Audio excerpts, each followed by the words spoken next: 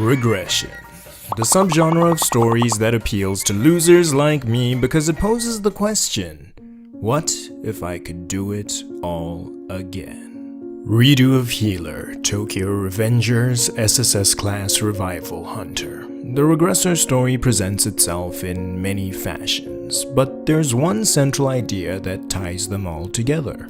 Protag-kun returns to his youth to live his life again and prevent a great tragedy. Last time on The Most Toxic Manga Genre, we explored the infamous tales of martial arts, mystics, and misogyny that make up the cultivation genre. The sacred text of DAs and DAs. Today, we switch perspective by looking at the genre where toxicity isn't in what's on the page, but who's behind it. Unlike cultivation, I actually like regression.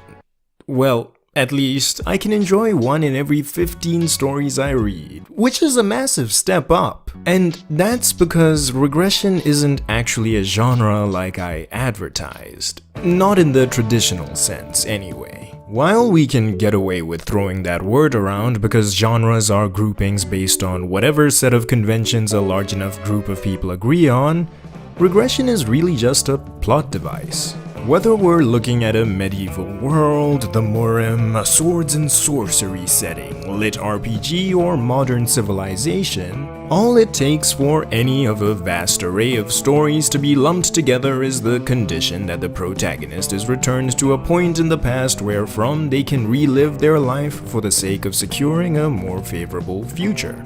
Let's take a look at Dragon Ball. This isn't a regressor story, but Sparking Zero's all about what ifs, and I want to throw in one of my own. What if the spirit bomb that killed Kid Buu missed? Buu reigns supreme and the ultimate evil rampages through the universe, bringing about the end of everything. In a last-ditch effort to save the universe, the Kais beg Beerus and Whis to gather the Super Dragon Balls and undo this catastrophe. They agree, and a wish is made to give a younger Goku all his memories of the future to prepare for the approaching calamity. Now, before I lose you, here's the point of this thought experiment. How different would the story be if it was told beginning with the return of Goku's memories to the day he met Bulma?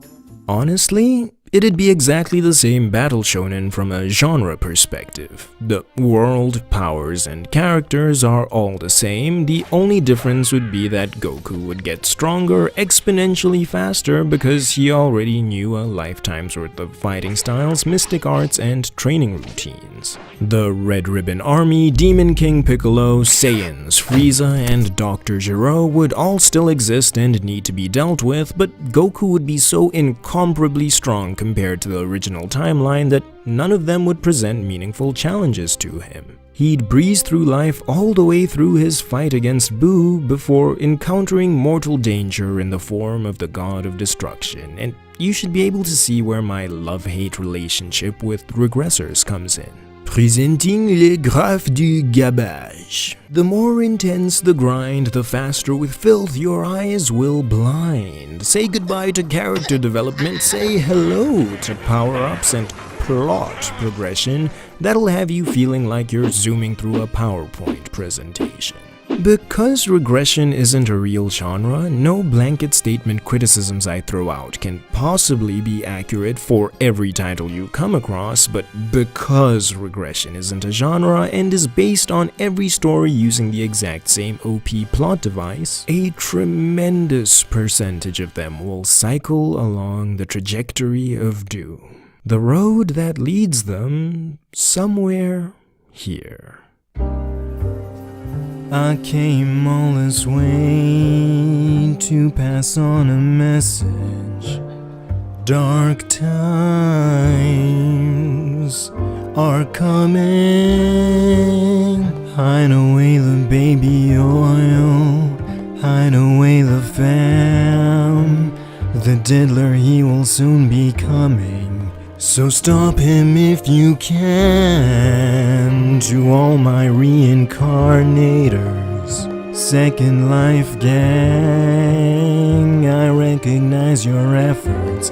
You won't ever be alone again. My first first life, it ended in a major failure. Such shortcomings, I thought it'd never be right again. Overcome with grief that I thought would haunt me forever. Then there came the light at the very end. My big brother, he stabbed me in the back. My stepmother, she hoped I'd never breathe again. All the people I loved, I had to see them suffer. That cursed life, I swear that I'll never live again. Given a chance to start it all anew afresh, gonna hunt down and complete every side quest. When the ending this time arrives, I swear I will be prepared. Demon, dragon, god, or even the creator, I won't fear.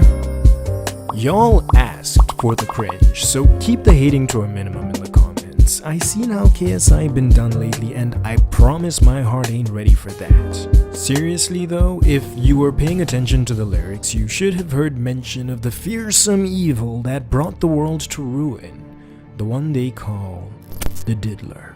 There's no better way to get you to understand the experience of reading a Regressor story than seeing it firsthand, so accompany me on this journey. The Diddler loves black holes. The denser, the better. He finds some sick pleasure out of shoving whatever he can deep inside to watch it be sucked away forever.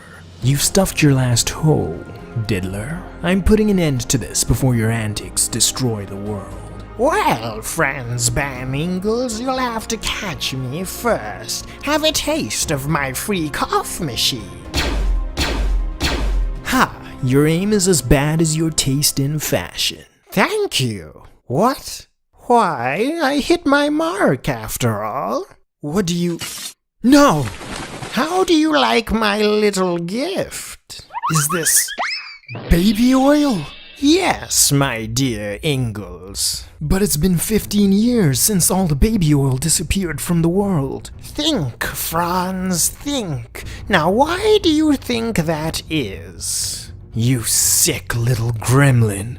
Sick or not, I know you won't make it up here like that, and now no one can stop me. If you flip that switch, everyone dies, you included. That's exactly what I'm hoping for. I want to go out the way I lived, entering the tight embrace of one last black hole.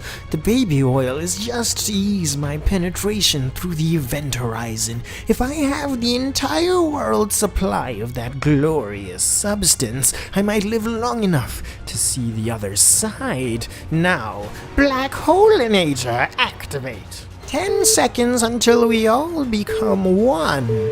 Any last words? Pause! The counter! It's not too late! I'll be missing you, Franz. As the Black Holeinator activated, Franz Banningle's life flashed before his eyes. As the planet was sucked into the Diddler's abyss, Franz regretted every opportunity he let slip away that led to this moment. If only he'd done a few things differently, the Diddler may have never gotten his way. Resigning himself to his fate, he closes his eyes. Franz, get out of bed. You can't start off your senior year late for school. I missed Mom's voice. Maybe the end isn't so bad. Don't make me come in there. My old bedroom?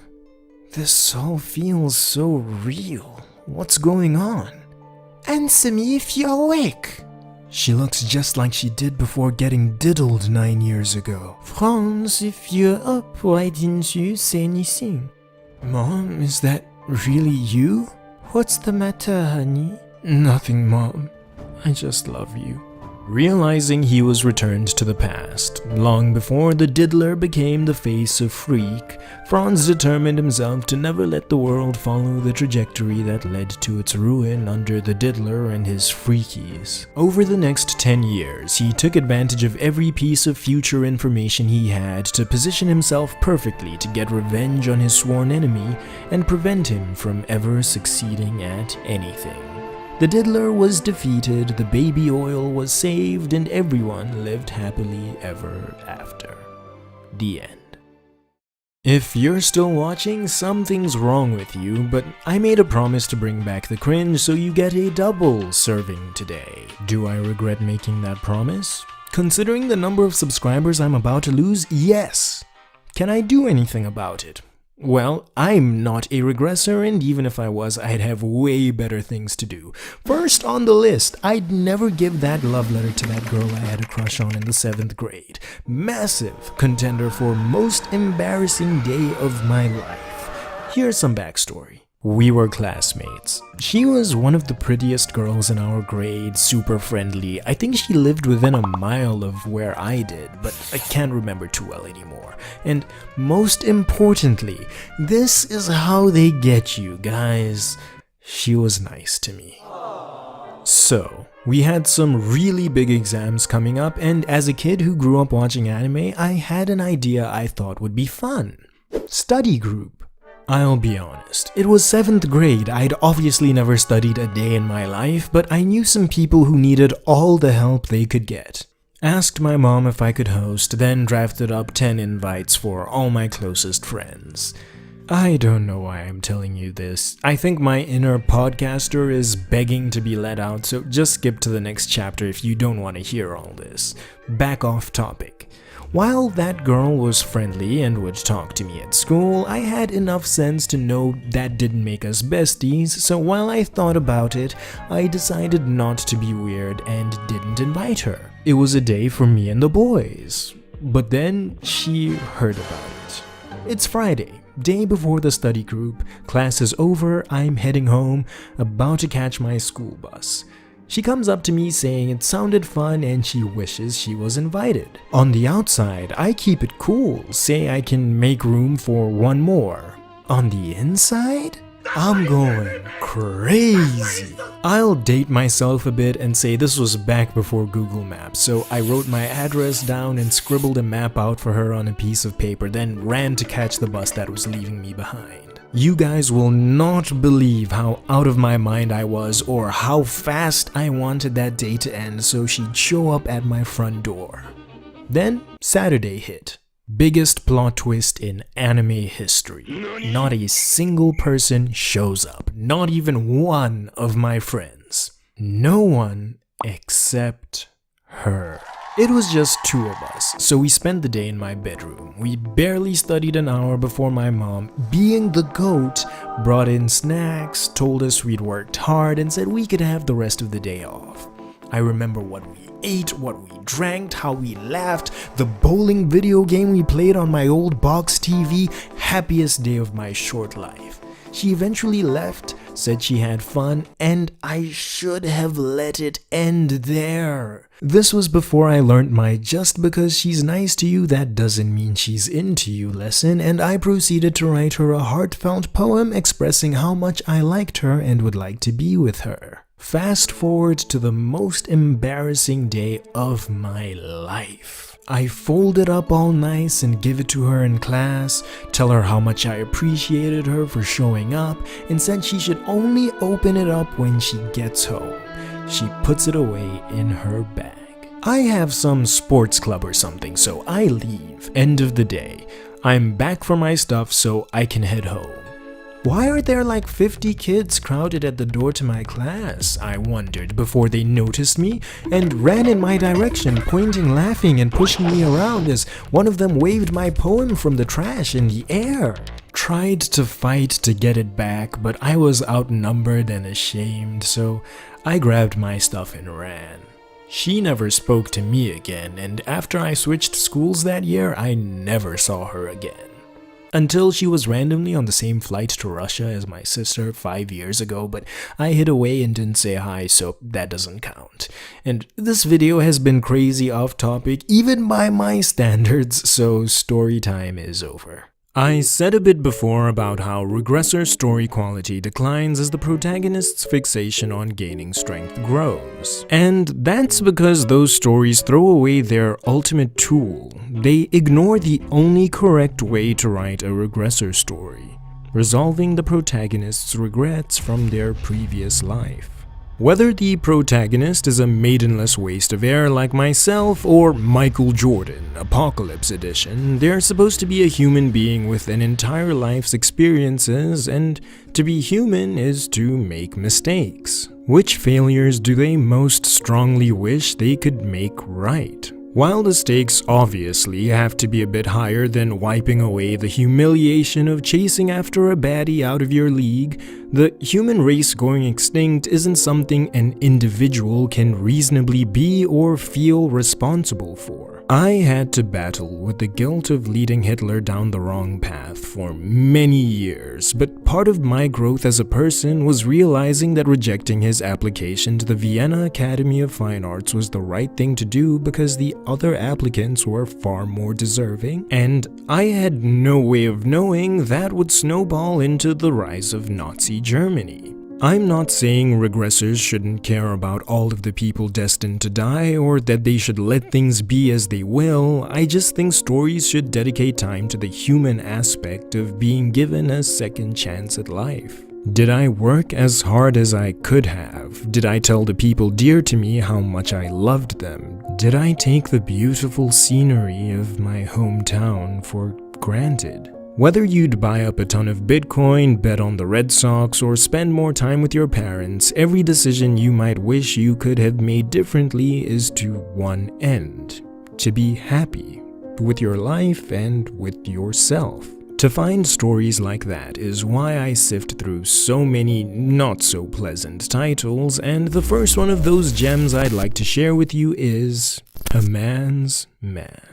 This webtoon follows Yoo Hyun, the youngest CEO of one of Korea's top conglomerates, Hansung Electronics. His career has been nothing short of incredible, and the story begins with his reward for 2 decades of phenomenal work: promotion to the highest position anyone in his country could have aspired to.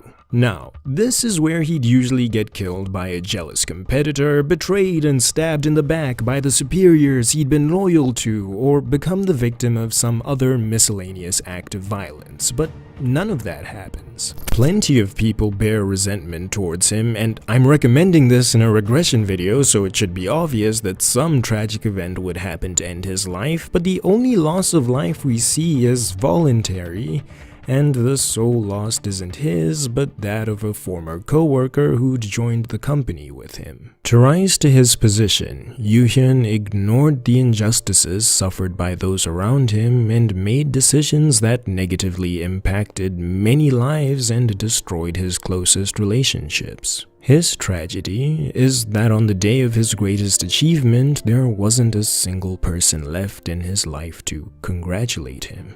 After chasing the ghost of his former colleague into a bar that didn't exist and drinking beverages he probably should have asked the composition of, he wakes up 20 years in the past, just after he passed the written test to be accepted into Hansung Electronics, and his chance at a more fulfilling life begins. I loved reading this story because of its unique perspective. The protagonist was as successful as he possibly could have been in his first life.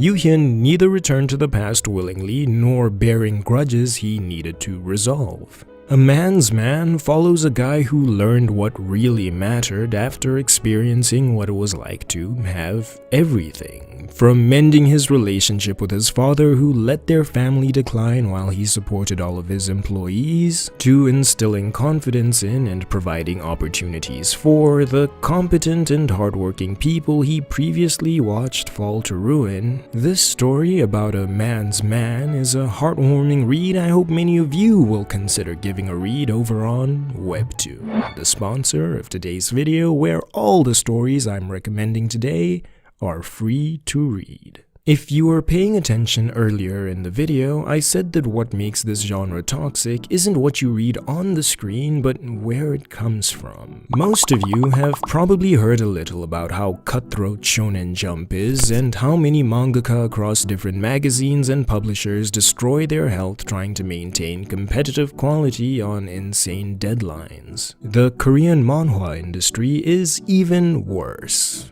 Unlike magazines like Jump that can only carry a fixed number of serializing titles at a time, there's no limit to how many digital webcomics a studio can produce simultaneously. Because of this, the focus of manhwa studios is always turning closer and closer to quantity over quality. While this has had positive effects like tons of web novels and light novels being adapted and spread to audiences they'd never have otherwise reached, the overwhelming workload has severely impacted the lives of the artists being thrown all of those stories to adapt. With 4 times the national depression rates and escalated attempts at what Yoo Hyun's co-worker did, all while working for salaries that definitely don't counteract the adverse physical and mental health effects the job entails, what was once a dream job for the people bringing us the stories that changed our lives and touched our hearts is now becoming an unbearable cycle of mass-producing budget clones of whatever has the most search traffic.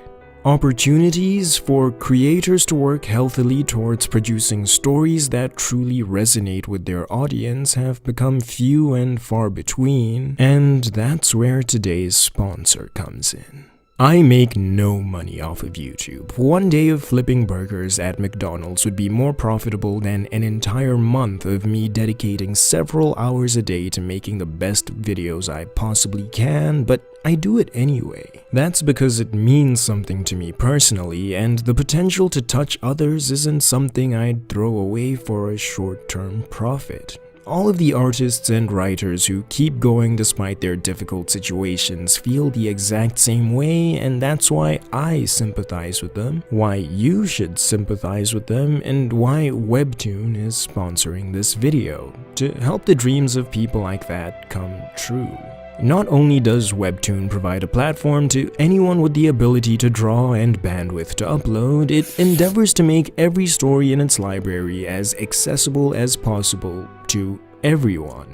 While Webtoon might not always know the behind-the-scenes conditions of every single person involved in the creation of every single story it publishes, by providing them with international audiences and the biggest possible opportunity to succeed, it grants all the creators in difficult situations the chance to gain the leverage to dictate their own terms. That's where you come in.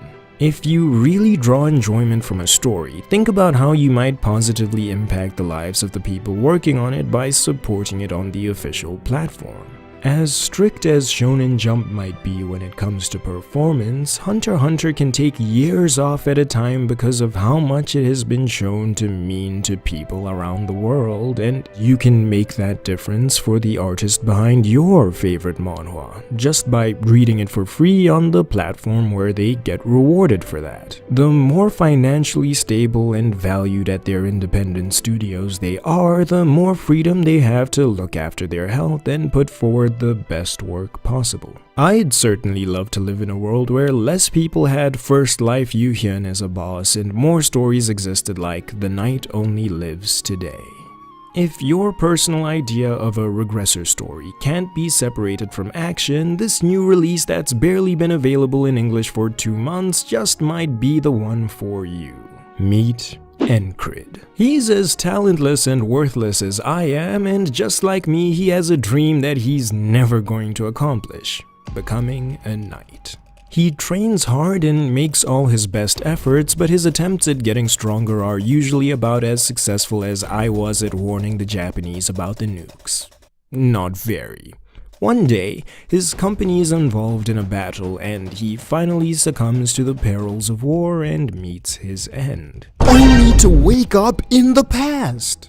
But if I'm recommending it, there has to be a catch. He only gets returned to the start of the day he died. That isn't enough time to actually train, so he's still weak, and as a soldier, if he tries to desert, he'll get killed anyway, so what does he do?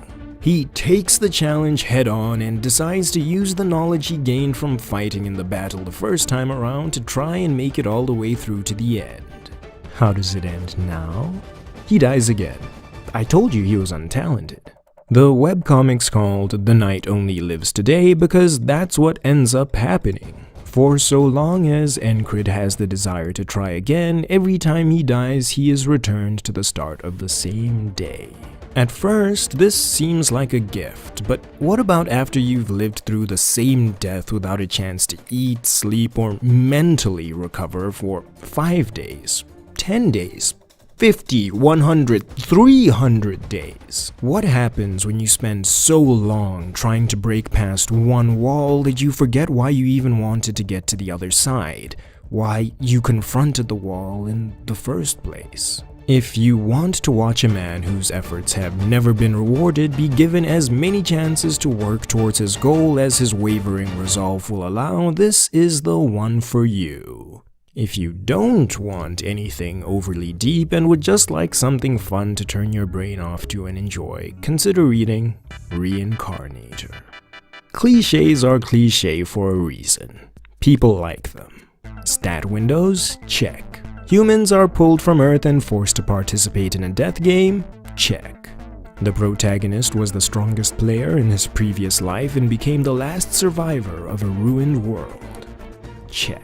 Put simply, Hansu is that guy, with his unique trait that greatly limited the number of skills he could learn. In exchange for having them evolve forever, he became the greatest force fighting on humanity's side. Unfortunately, the enemy had forces too, which outnumbered his cohort, and they actually all stuck together. Understanding the end was nigh, Team Earth shared with him all the knowledge they had collected together about the opportunities that had molded them into the strongest fighters, told him to play nice with the people he'd meet, and used their one return to the past ticket to send him back far enough to prevent the end of days. The character writing is consistent, and the supporting cast has been supporting, so it's definitely good enough to kill some time. As honorable mentions, first, I really hope you'll give Return of the Blossoming Blade a try. It didn't make the main list because it isn't actually Regression. Protagonist Chung Myung is just born again sometime after his death fighting the heavenly demon, but it's the fantasy martial arts version of A Man's Man, where someone who was about as successful as he could have been in his first life uses his second to be more of a human being and uplift those around him. Straight peak. The second spot goes to I'm the Queen in This Life, which has some of the most abominable roasting I've ever seen and follows a character who has to battle with herself over whether she deserves to enjoy her second life after the crimes of her first, and has to learn to love herself after abuse and manipulation. This really was a regressor story, but I decided, in my infinite stupidity, that it'd be a better use of your time and mine to sing songs, make funny voices, and tell you about the first of my 2 great rejections in the 7th grade. I owe you an antagonists video, but I'd also love to round up the most toxic manga genre series with an isekai installment. Comment antagonists if you want that video first, or isekai if you think that should be the next stop. First to 150 comments wins, or I decide for myself. I'm definitely going to get in trouble with Webtoon for crossing like 17 lines in this video. My job was just to spend a few minutes telling you which Webtoons I thought were good, but it had been too long since I gave y'alls a banger, so I'll take the punishment on this one. Thanks again to them for sponsoring this video. If you've seen any of my previous sponsored videos, you know the glaze isn't part of the package, but I appreciate them and it came from the heart, so really go and check out the stories I recommended in the links down below. Thanks to the patrons Bolivar Sanchez, Kurumi Kata, Fireboy Hates Water Girl, Lucas HF, The Thorb, Draith, Let's Go Infinite AJ, Dest, and Alia M for helping make all my videos possible. Those 9 actually donate more money than everything I get from YouTube, so I couldn't do it without them. And thanks to you for watching until the end. Like, subscribe, and share the video so I'm not poor anymore. Until next time, this has been Ken-chan. Glad I went back in time to end my Minecraft career before it was too late.